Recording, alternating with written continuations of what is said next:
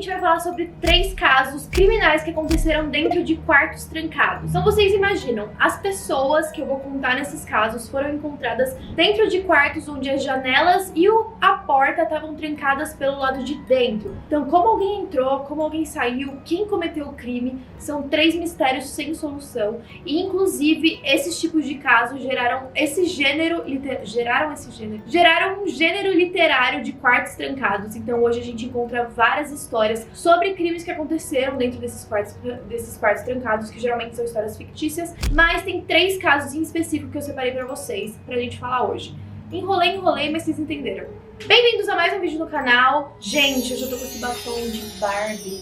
Nem sei se eu gostei ainda. Mas enfim, não se esqueçam de se inscrever no canal antes de ouvir as 3 histórias. Ativem o sininho pra sempre receber notificações. Mandem temas. E é isso, bora pra essas histórias de fim de ano.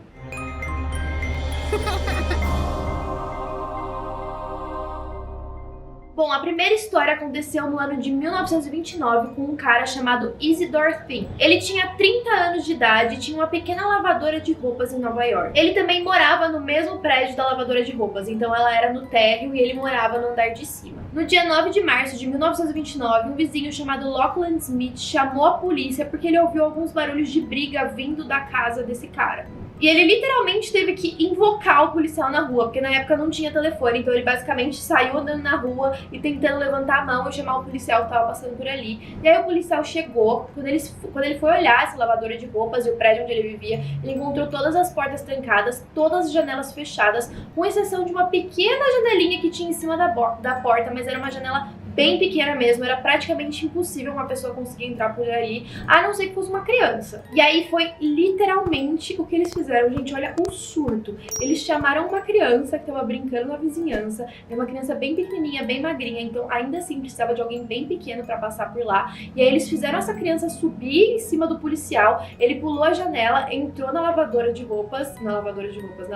do caso, e destrancou a porta, e aí sim o policial conseguiu entrar junto com os vizinhos curiosos. Quando eles entraram, eles encontraram o Isidore em uma piscina de sangue. Ele tinha 3 marcas de bala, uma delas estava no pulso e parecia que a bala tinha sido tirada de bem perto. Imediatamente a polícia assumiu que tinha sido suicídio, porque eles não encontraram uma arma do crime, todo o dinheiro que o Isidore tinha estava dentro da casa, nada tinha sido roubado, não tinha sinais de arrombamento e o ferro de passar roupa dele estava ligado em cima da roupa, inclusive. O ferro estava virado em cima da roupa e ele não estava quente o suficiente ainda para queimar o tecido. Então, basicamente, aquilo tinha sido bem recente.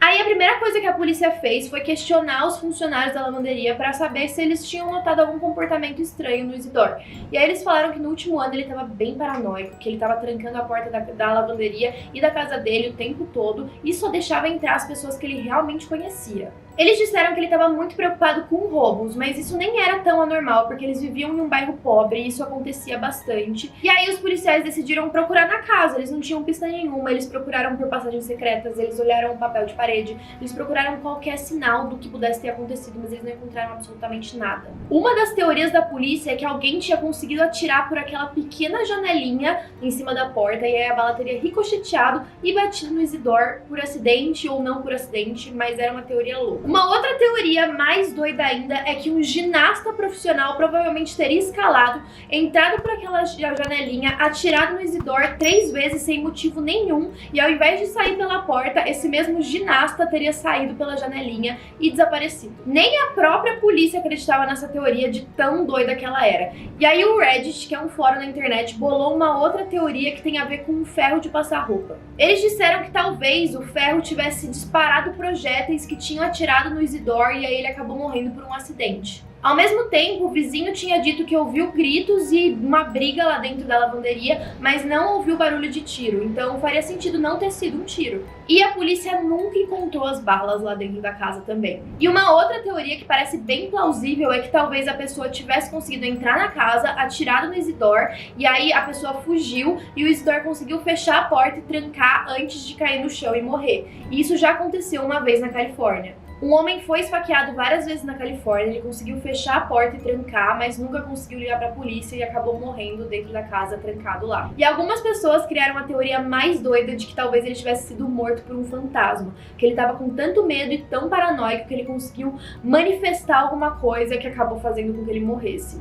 O segundo caso é do Joseph Elwell. Não sei se é assim que pronuncia o nome dele, mas é assim que a gente vai pronunciar. Essa história também é dos anos 20. O Joseph era um socialite, ele tinha muito dinheiro, ele morava sozinho. Ele era tipo um playboy, assim. Ele gostava muito de jogar jogos de azar e ele tinha recentemente descoberto um novo jogo de cartas. No dia 11 de junho de 1920, a empregada dele chegou para trabalhar e quando ela entrou, ela destrancou a porta, foi até a sala e ela encontrou o Joseph sentado com a cabeça baixada e ele tinha levado uma bala na testa dele.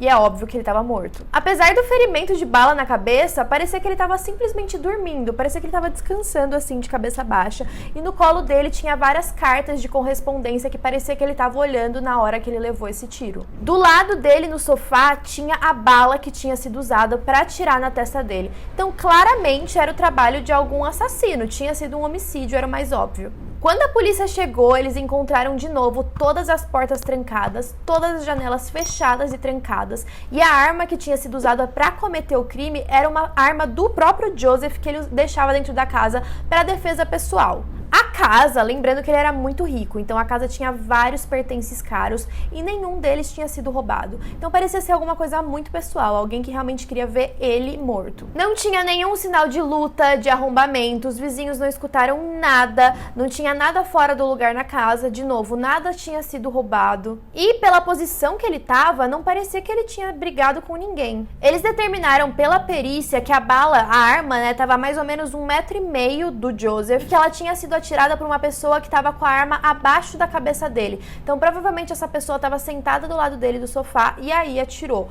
O que levou a polícia a chegar à conclusão de que o Joseph tinha aberto a porta para alguém de confiança dele, para depois trancar a porta atrás e para ele estar tranquilo mexendo na correspondência enquanto a pessoa que estava do lado dele depois ia matá-lo. A polícia não teve muitos motivos para pensar por que ele teria sido morto, afinal ninguém gostava dele na cidade. Ele dormia com várias mulheres casadas, ele também tinha o hábito de trapacear nos jogos. E de acordo com um artigo da época, tinham tantos suspeitos que a polícia não sabia nem de onde começar. Apesar disso, apesar de ter várias pessoas com motivo, a polícia não conseguiu decifrar até hoje como esse crime aconteceu, ninguém sabe quem cometeu e como a pessoa conseguiu entrar, a não ser que fosse uma pessoa de confiança do Joseph. Mas também era muito difícil achar uma pessoa de confiança, porque como ninguém gostava dele, ele não tinha nenhum parente, não morava com nenhum parente, é impossível praticamente saber quem foi. E o terceiro caso, e na minha opinião o mais bizarro, é de uma mulher que, por coincidência ou não, é minha xará, ela chama Julia. O caso aconteceu em 1931 em Liverpool, na Inglaterra. Ela morava na casa dela com o marido, que era um vendedor de seguros, que se chamava William Herbert Wallace. No dia 18 de janeiro de 1931, William chegou no clube de xadrez que ele sempre frequentava. Ele era um membro ávido, ele jogava xadrez, ele adorava ficar lá,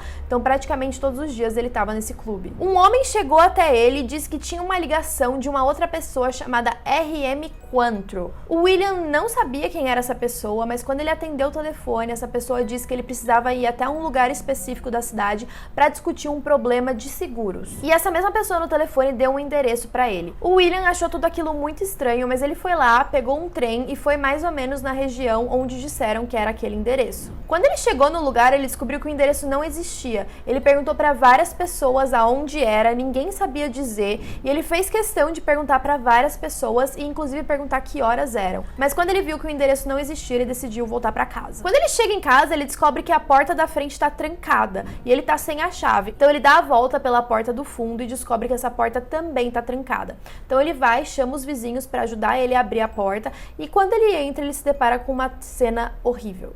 Ele acende a luz da sala e encontra o corpo da mulher dele, a Julia, cheia de sangue em volta. Ela foi brutalmente espancada até a morte e as marcas de sangue chegavam a quase 2 metros de altura, o que mostra que aquilo foi feito com uma força muito grande. A polícia também notou que ela tinha sido atingida na cabeça pelo menos 15 vezes com um objeto muito pesado. Eles não conseguiram achar a arma do crime. E a mesma coisa de todas as outras histórias. Não tinham testemunhas, não tinha arma do crime, não tinha sinal de arrombamento, ninguém ouviu nada, ninguém sabia o que aconteceu e ela estava trancada lá dentro. A polícia pesquisou a casa e pesquisou a bolsa da Julia, eles descobriram que nada tinha sido roubado, então o roubo foi descartado. E depois as pessoas começaram a especular que a pessoa que ligou pelo telefone pro William tinha algo a ver com o caso. E aí eles monitoraram todas as pessoas que tinham esse sobrenome Quantro e era praticamente impossível descobrir quem era, porque na lista telefônica tinham muitas pessoas, nos registros da polícia também, porque até então era um sobrenome bem comum. Sem nenhuma outra pista, o William, o marido dela, foi colocado como um dos principais suspeitos. Não tinha nenhum indício de que eles tinham problemas no casamento, mas algumas coisas suspeitas fizeram a polícia acreditar que poderia ter sido ele. E agora eu vou falar pra vocês os detalhes. Primeiro que a ligação foi feita de uma cabine telefônica que ficava a mais ou menos 100 metros da casa do casal. E o tempo para ele receber a ligação era o mesmo tempo que demoraria para ele sair de casa e chegar no clube de xadrez. Então esse tempo até ele andar até o clube de xadrez seria o período para ele receber essa ligação. Então era bem suspeito, faria sentido ele mesmo ter feito essa ligação. Eles também tiveram o testemunho do motorista que levou o William até aquele endereço que não existia. Ele dizia que parecia muito que o William queria mostrar que ele era um estranho e que ele não conhecia a região. E o William também, quando ele estava naquele bairro, ele fez questão de falar com um policial. E ele não pediu ajuda, ele contou o que tinha acontecido, ele falou sobre a ligação do Cointreau e ele também fez questão de perguntar para o policial que horas eram. Então ele basicamente falou, nossa, são 8 horas da noite, né? E aí o policial respondeu, não, são 7h44. Era como se ele quisesse provar que ele tinha um álibi naquele horário para ele estar naquele bairro e não na casa matando a mulher. Não tinha nada concreto contra ele, mas ainda assim ele foi condenado, ele foi para julgamento e o júri demorou 1 hora para decidir que ele era culpado. Na apelação, eles decidiram que ele não era culpado, então ele foi solto. Ele não podia mais viver em Liverpool porque ele estava com a reputação completamente manchada, então ele se mudou para o campo, mas algum tempo depois ele teve alguns problemas e morreu de uma doença. Inclusive, ele teve problemas no fígado e ele morreu por causa de uma cirurgia que deu errado, que é bem irônico. Bom, mas infelizmente qualquer informação que ele tinha sobre o crime ele levou pro túmulo. As pessoas começaram a especular que se não tivesse sido o William, provavelmente era uma pessoa muito próxima do casal, porque essa pessoa teria que saber que o William frequenta esse clube de xadrez. A Julia também teria que se sentir confortável o suficiente com uma pessoa que ela deixasse entrar na casa dela e depois trancasse a porta. Ela era conhecida como tímida e reservada, então era muito difícil que ela deixasse um estranho entrar na casa dela. Muitas pessoas acham que o William fez a própria ligação, depois ele foi pro clube e depois tentou ao máximo colocar alguns álibis a favor dele. Também existia a hipótese de que era alguém que sabia onde eles moravam, esperou ele sair e aí cometeu o crime. Um taxista também deu um depoimento sobre o William na hora que ele estava naquele bairro estranho e disse que ele parecia bem ansioso, bem perturbado, mas ao mesmo tempo as pessoas da cidade conheciam ele como esquisito mesmo, então talvez fosse só o temperamento dele. Em 1980, um programa de televisão reanalisou esse caso e apontou como culpado um colega de trabalho do William. Esse homem tinha um álibi naquele dia, ele disse que ele estava com a ex-namorada, mas esse programa de TV conseguiu rastrear essa ex-namorada e ela disse que ela não estava com ele. E o comportamento suspeito foi: ele levou o carro dele para o mecânico e disse que precisava do carro completamente limpo e esse mesmo mecânico encontrou luvas ensanguentadas dentro do carro. Apesar disso, eles não conseguiram provar que tinha sido ele ou como ele tinha conseguido entrar e sair da casa e trancar a porta. A não ser que ele tivesse roubado alguma chave, mas até hoje é um mistério. Bom, por hoje é só, espero que vocês tenham gostado e até a próxima.